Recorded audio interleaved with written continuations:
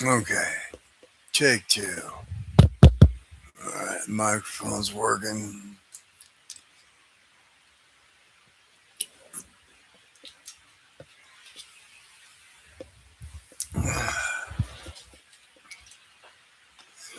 Alright.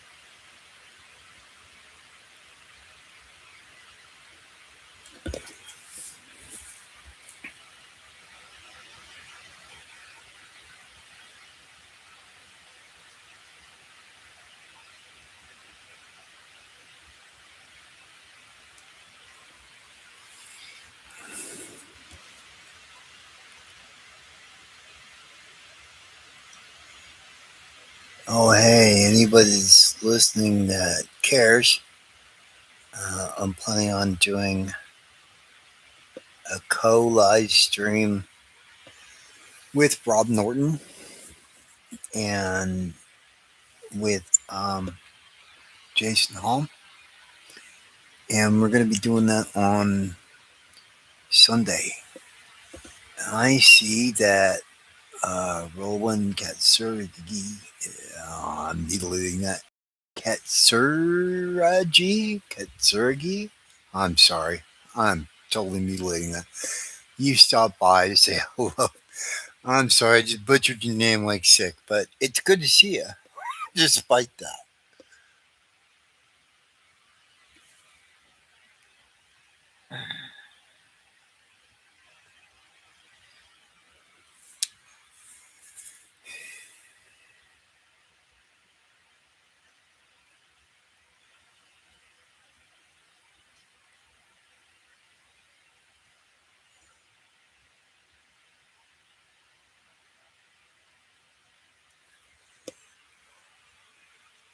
No, I did not draw these pencils. These are by R.D. Brown, and his Instagram handle is Riley Comic Art over on Instagram.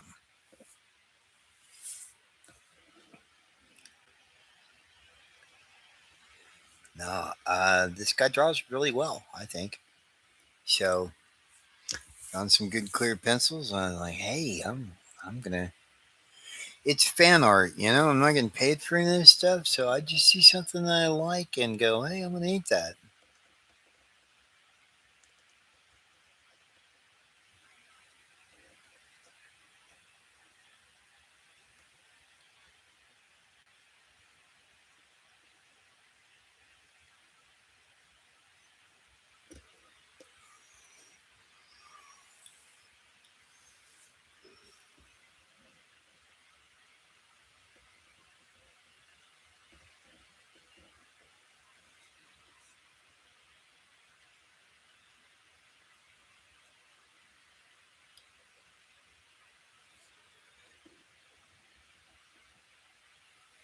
It's nice to get paid, but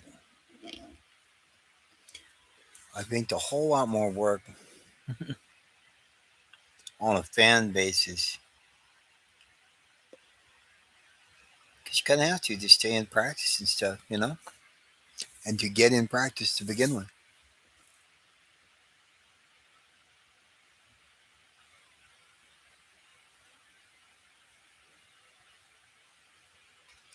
People that are determined to learn to ink,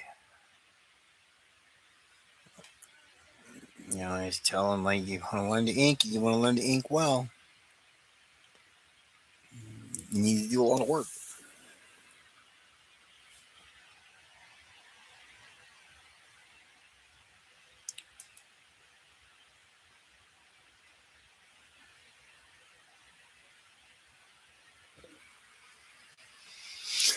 You always struggle with this type of posing, even when trying to hang the fists on the belt like this. Um, See, what would give me trouble about it is how symmetrical it is. It is very full face on, and I was taught that figures are usually more interesting when they're slightly turned to one direction or the other. Um, a little bit, but seeing it straight on like this, yeah, it's dramatic, um, but it's also kind of static too. So I don't know. It's a trick to pull it off, but um, fans seem to like it.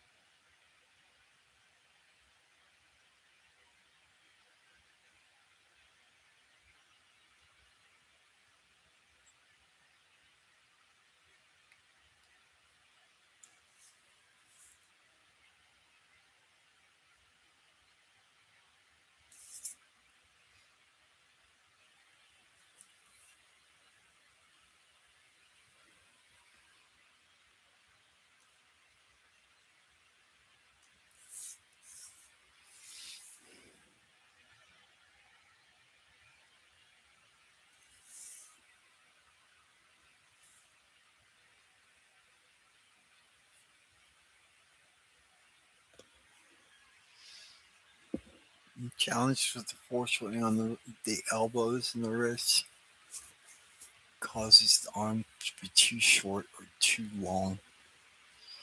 Well, that's the nice thing about working digitally, or at least getting your drawing figured out digitally. You can go back in and kind of correct all that kind of stuff using some of the warp tools, things like that in Photoshop, or free transform tools in Clip Studio Paint. Sometimes that will tweak it just enough to give you an idea how to fix it. You know,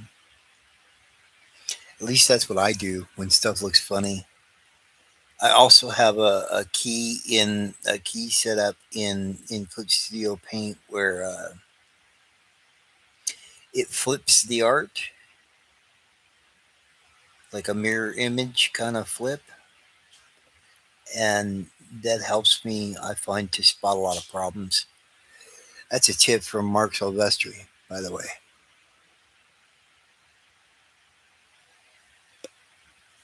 Some of the best inking tips, drawing tips I ever got were real early on from some of those guys. Mark Silvestri was very generous with his time and let me bug him a pretty good amount.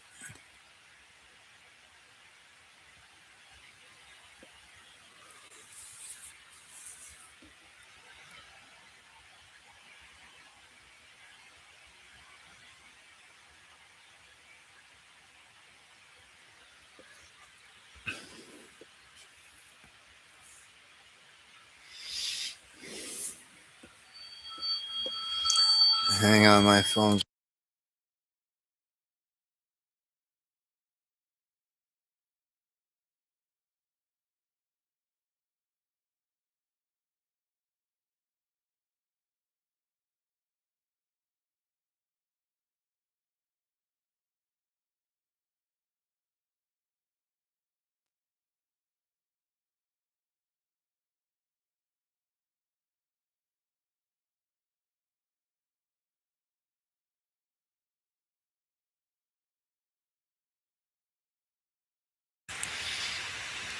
Okay, very sorry about that. Yeah, hold it. Well, cheating, whatever. I was taught that I don't know, when you were working professional, like you used to get a lot of crap like that around the studio too. And people were like, "Oh, a French curve is cheating." I'm like, you know what? So I took it to the man himself, to Scott Williams, and he's like, that's just nonsense. It's like if you need to pull out a curve to pull the French curve to pull off what it is you're trying to do, and that gives you the result that you want, then do that. There's no shame in it. That's just,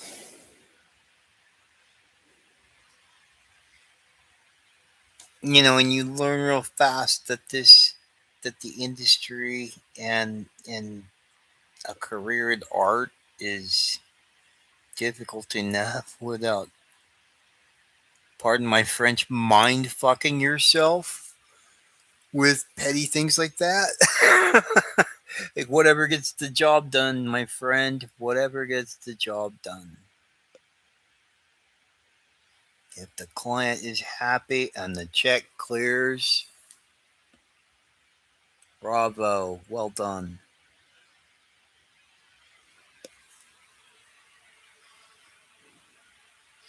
When in doubt, black it out.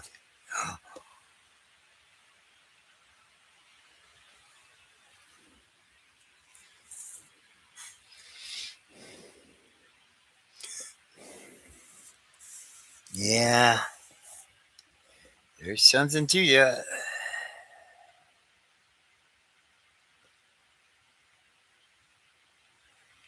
Back in the day, but I think it was probably a little easier to get away with that. They weren't paying a lot, you know, so guys weren't giving a lot of effort. So if Woody was the kind of guy that was going to come in and save you, they probably really appreciated that, because it's not like you're getting paid well enough to do good work, I would imagine.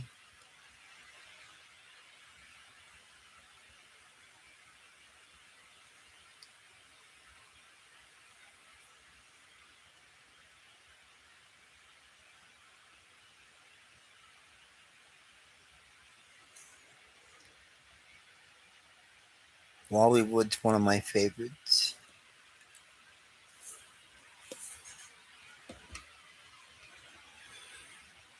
One of the finest artists to grace the industry, in my opinion. We'll stop.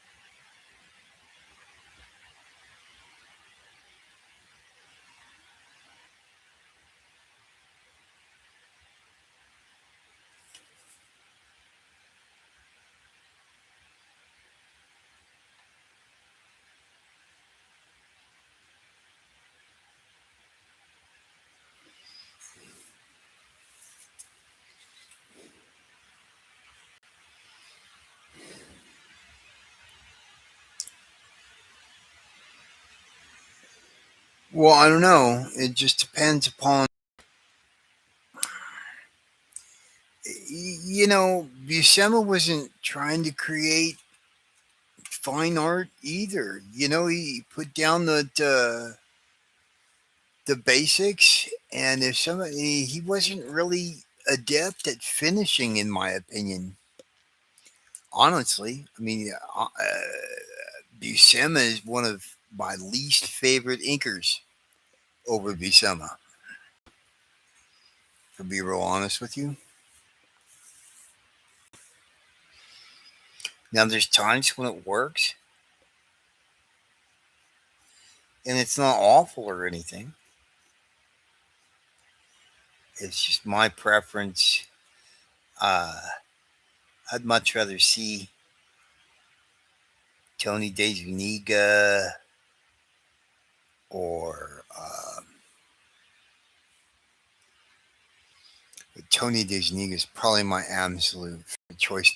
Rudy Nebres also does do very, very fine work over John Buscema. Klaus Janson did some things that I liked very much. Joe Rubenstein, a lot of people did good work.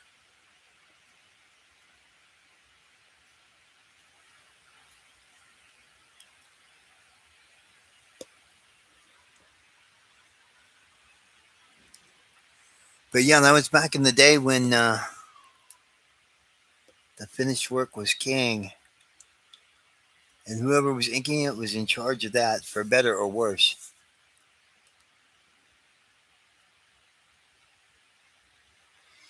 Neil Adams could come in and make anybody look like Neil Adams.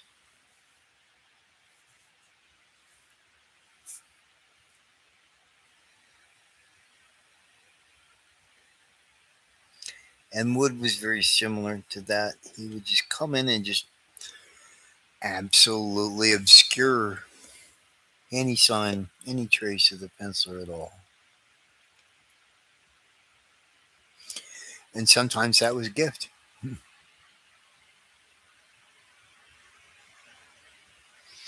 Yeah, on the abdomen and the knees, it does remind me of David Finch. I was seeing some of this. Sal didn't appreciate most of the needles that they outsourced inking duties to. Sal Buscema was, well, oh, see, I thought you were talking about John Buscema with the Filipinos. Sal Buscema was hard to ink, apparently, uh, because I saw so few people do it well.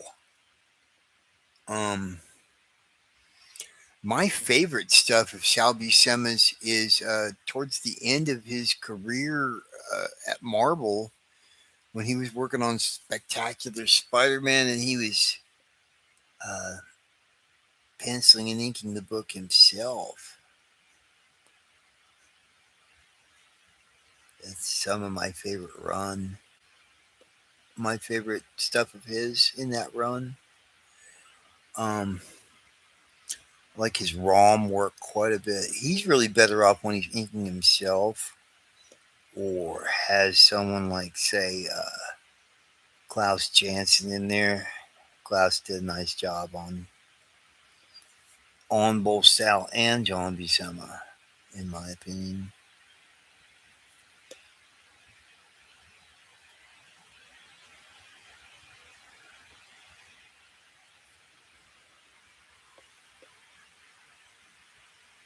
Yeah, I agree. That later work on Spectacular is his best stuff.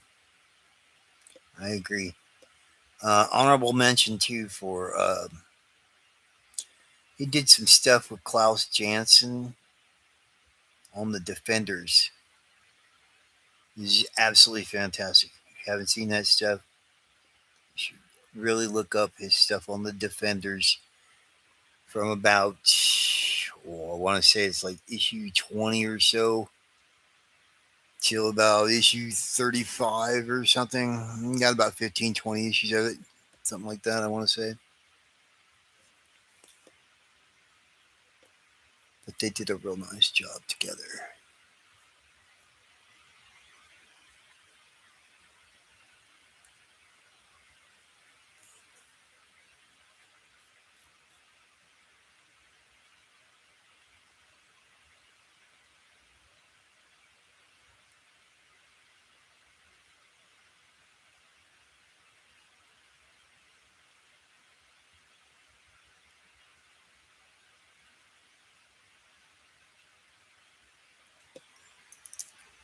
Okay.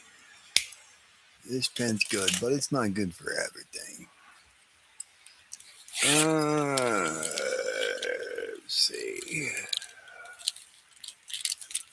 Sorry, pardon me. Getting my act together here.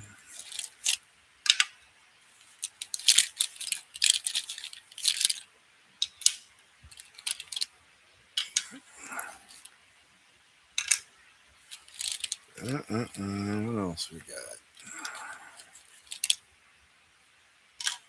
Okay, that's enough for now.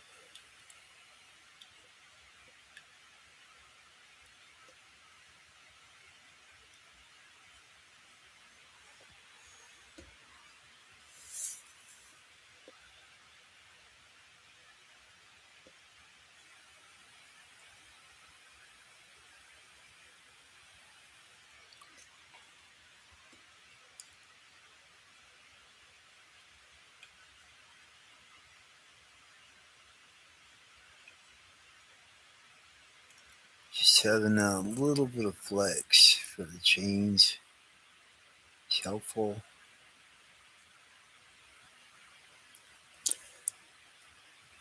And when I'm making stuff like this, I'm thinking purely about the direction of the light source. All the lines on the tops of the forms nice and thin. All the lines on the bottoms of the forms are notably heavier.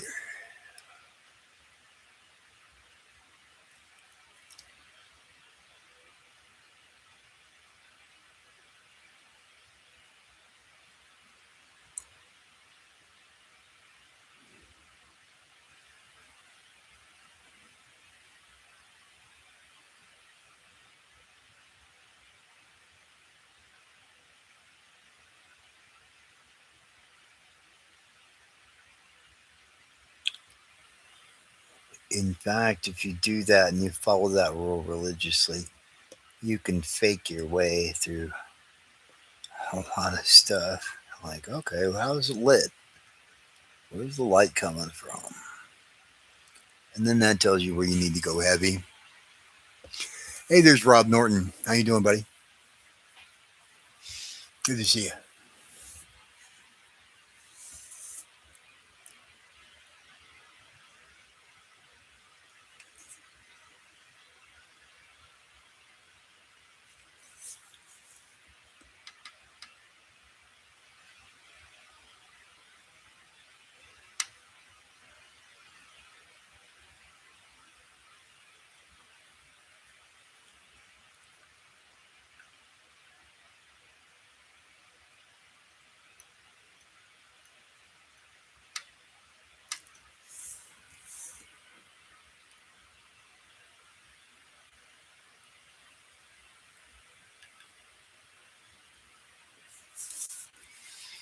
Inking a little Homelander today.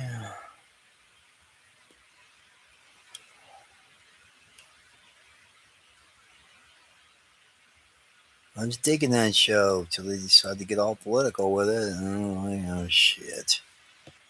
Here we go.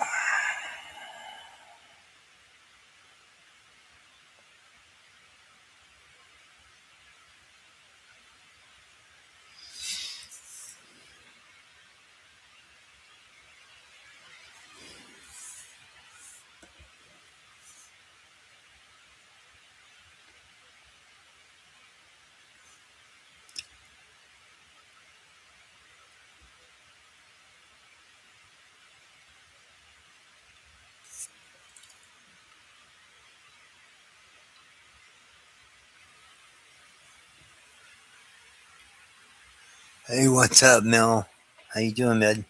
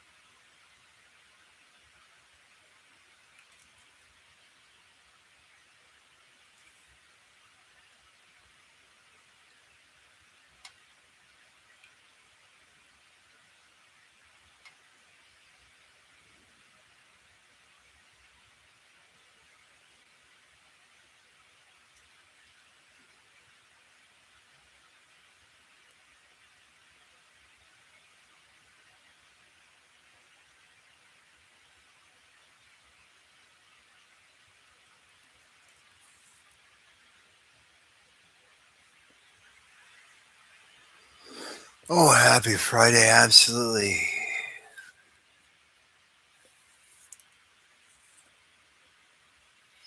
I'm into it.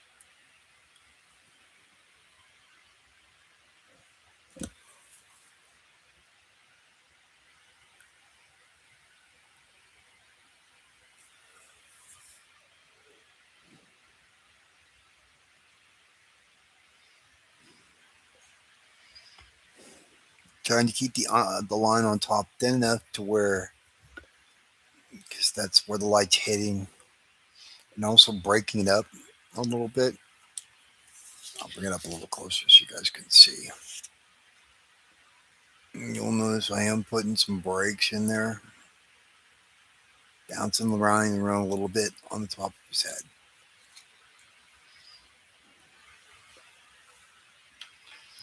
just to kind of break up the outline a little bit. But now, yeah, I guess I better go even thinner. Okay. This is my thinnest pen, by the way. This is the Slicky pen.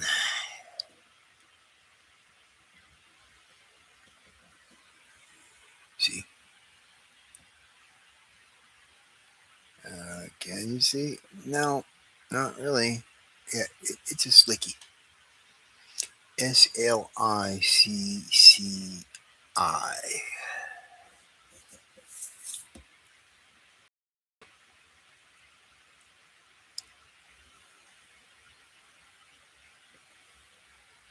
Some people will tell you Pilot High Tech C, and those are also very good pens. But for me, it's about as thin as they get on the market.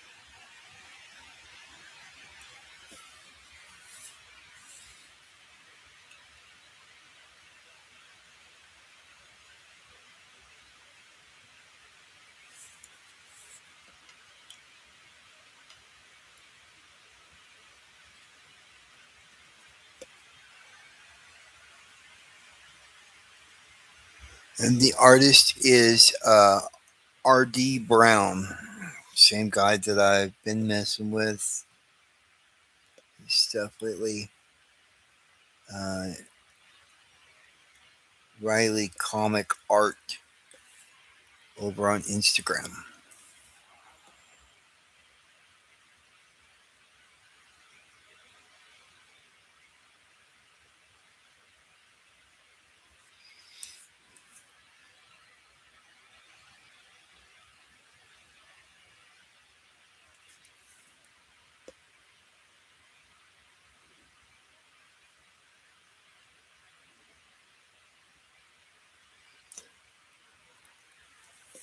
Although after I get done messing with this, I found some stuff by Netho Diaz from over at Marvel that I wanted to play with a little bit.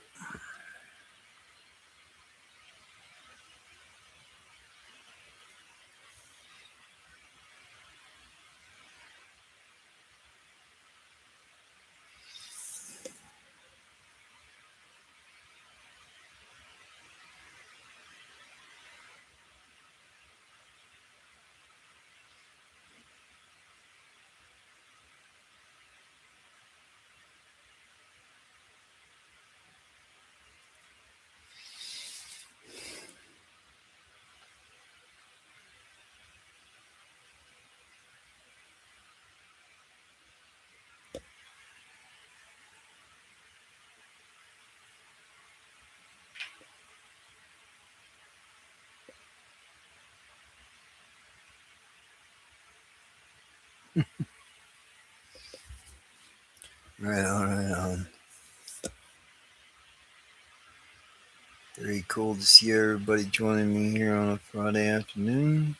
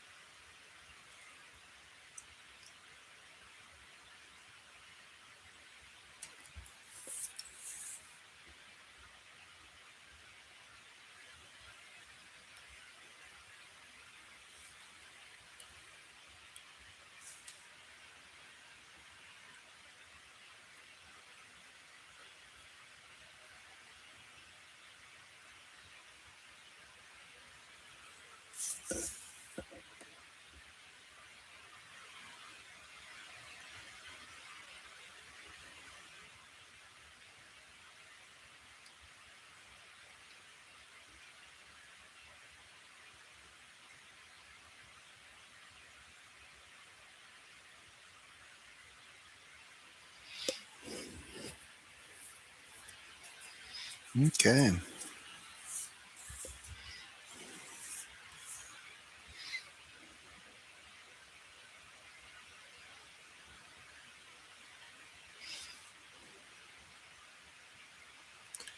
I'm skipping around,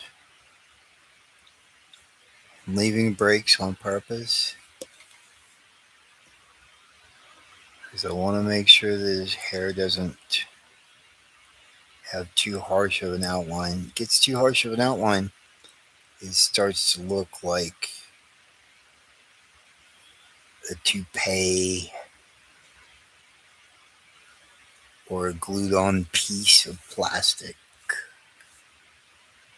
something like that.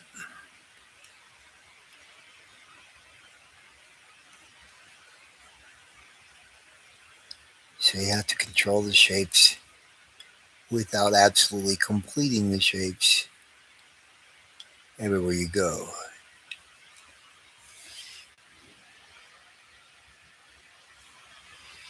You want enough in there so that your eye will fill stuff in that you don't want a complete outline.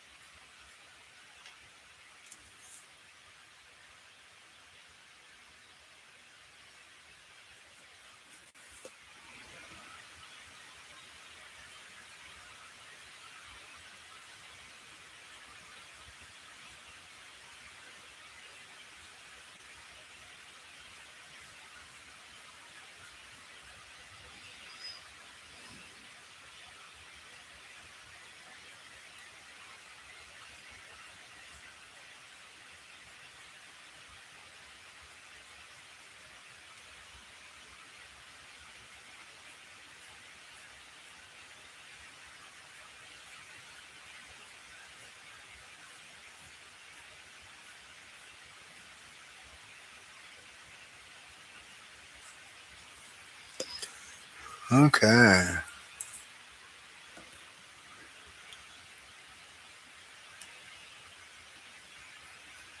little bit of accent on some of these areas. Because we're using a tool that doesn't have any flex, we have to go back in and accent some parts by sculpting or by blending with another layer. And I'm going to show you what that looks like up close when I put more of it.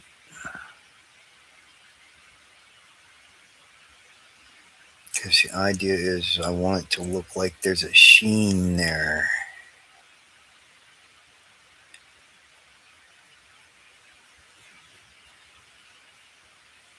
And also I want to kind of shade it out a little bit. Because I know it's going to give good effect here. Let's see. Let me get you up nice and close to it.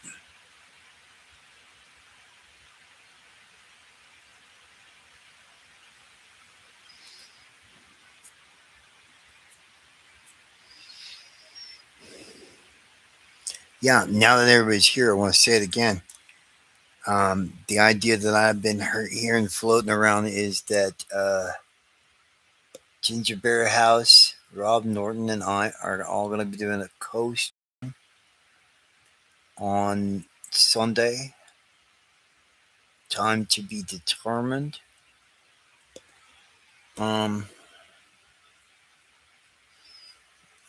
If you would normally watch it on Rob's channel, you should watch it on my channel instead. Rob has enough views. Or watch it on Ginger Bear's channel. No, it's okay. You can watch it on Rob's channel if you want. I understand his channel's better. I get it.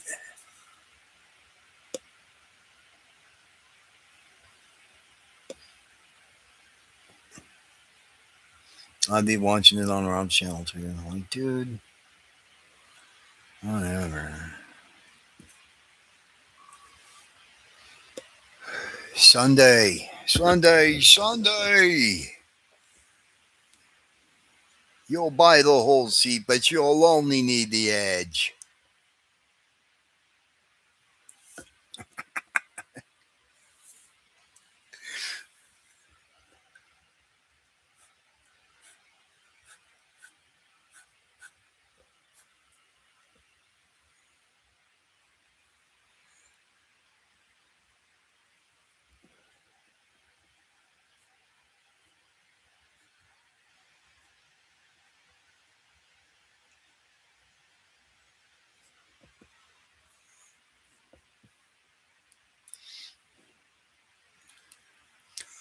Okay, and I'm gonna get out this. I love this new fountain pen, Platinum Preppy. They make an extra fine point, which is what this one is. They make a fine point, which is about a millimeter larger, and then they make a medium point, which is like a, I want to say it's like a 0.5 millimeter. They use those platinum carbon ink cartridges that I use anyway for my brush pens.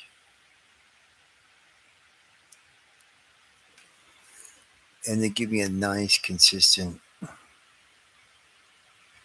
rendering line.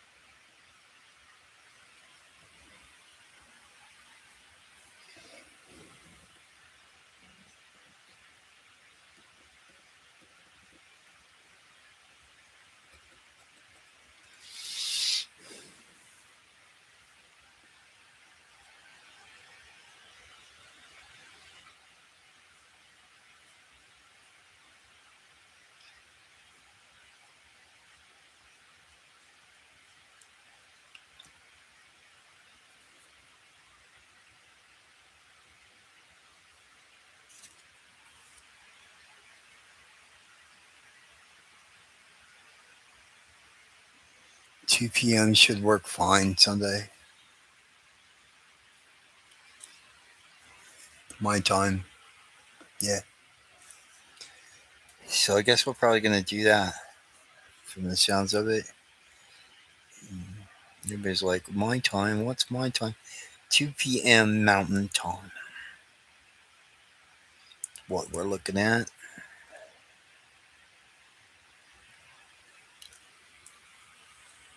That's what it sounds like.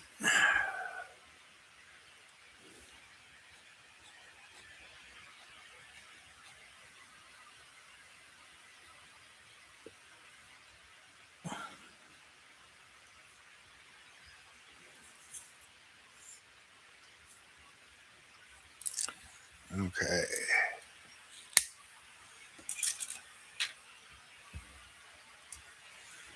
2 p.m. Mountain Standard Time, 1 p.m. Pacific. Check your local listings.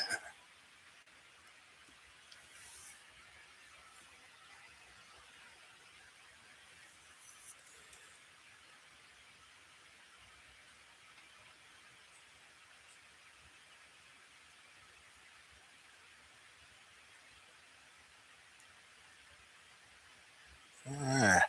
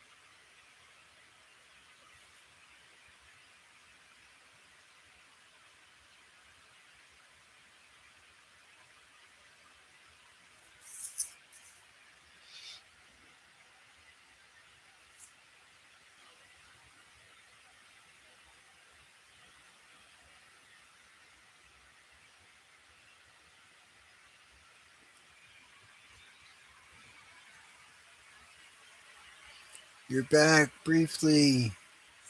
ABC Sunday afternoon television. Yeah, that's right. Right after Wide World of Sports. Dun, dun, dun, dun.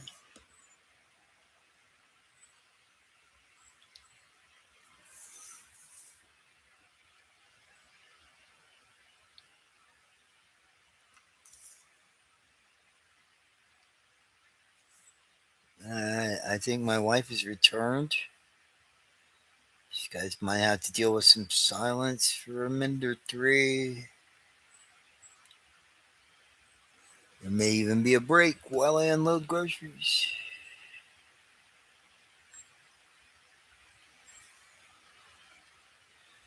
But when I come back, I'm gonna pounce on some Neto Diaz stuff. We'll have pretty light.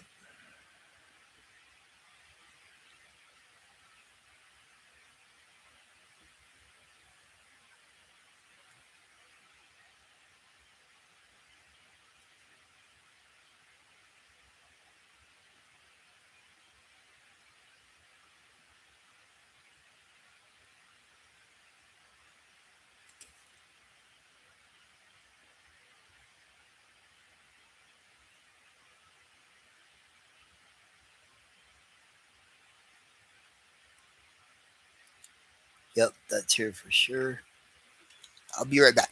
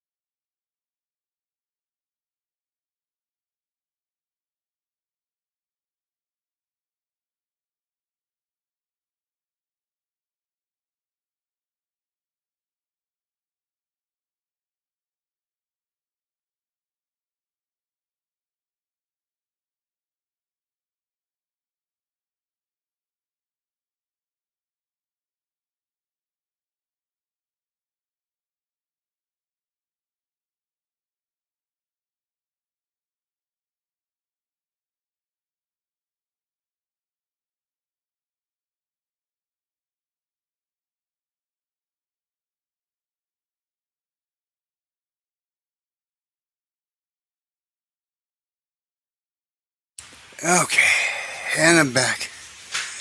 Very sorry about that.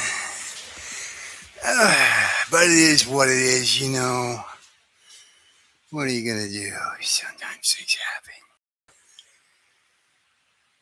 That's the excitement of live programming.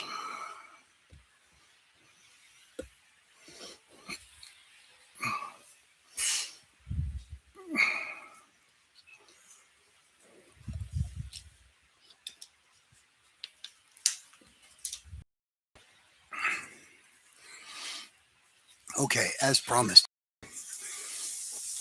Neto Diaz.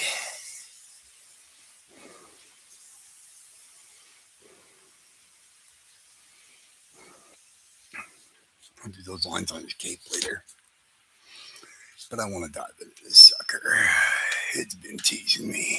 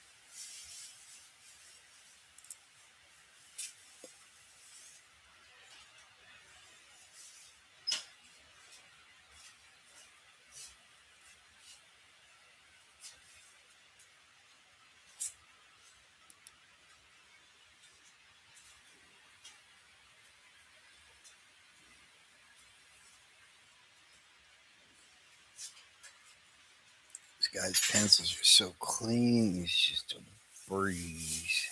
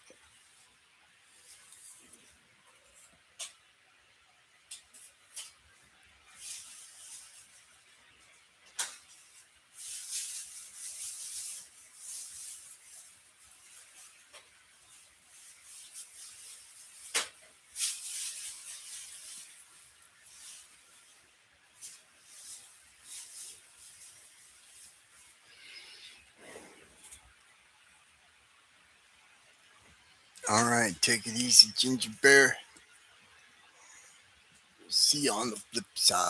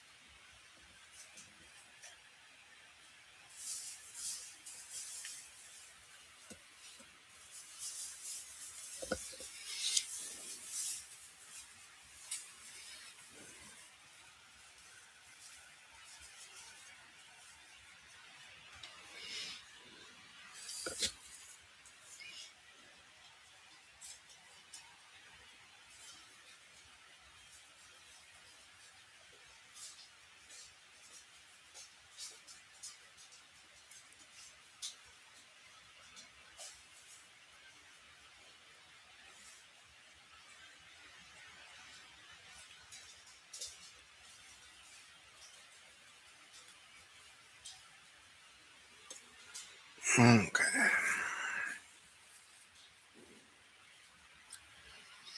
Let me make sure I get the pop on the arm right away. Now that I've got it popping out like it's supposed to, kind of relax, deal with the rest of the line weights.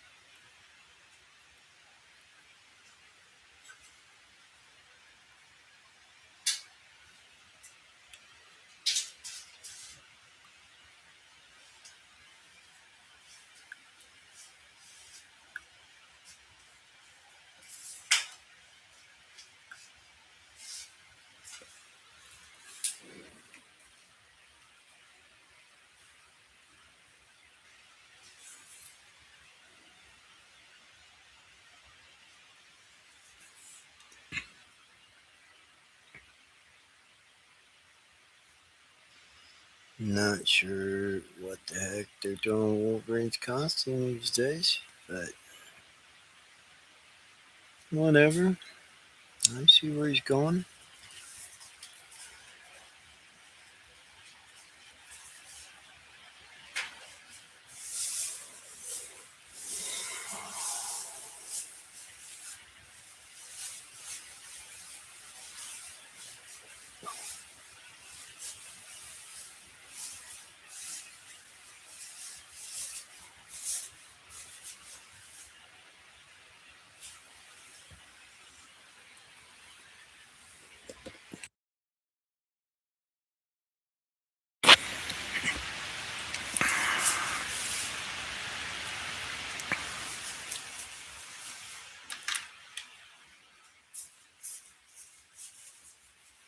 Mm.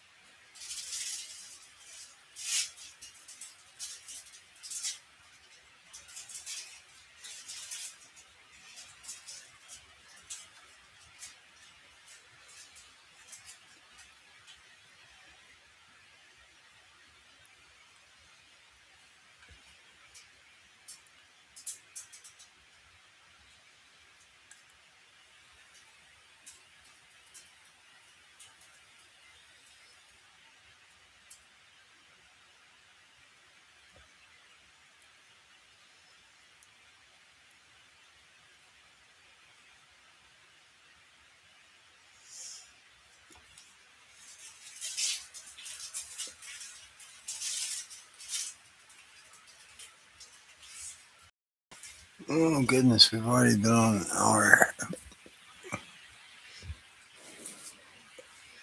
I'm like, yeah, you spent half of it unloading the car, dude. Like, weird.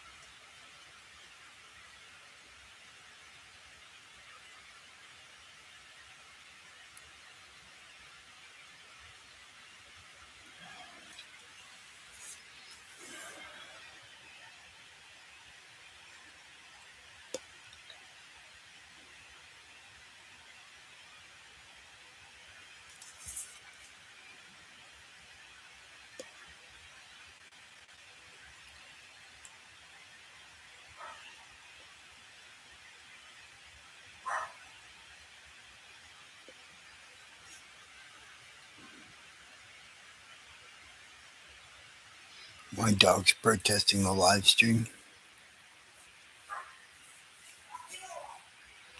See?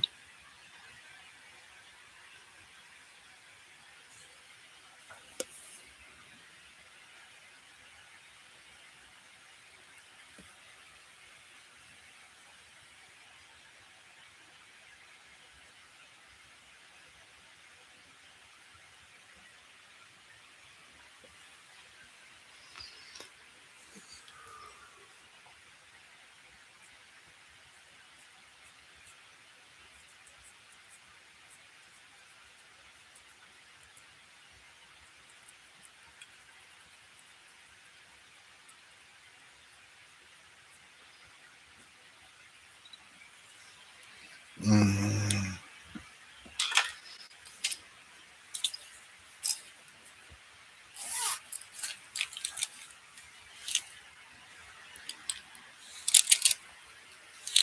Oh, where's it? There it is.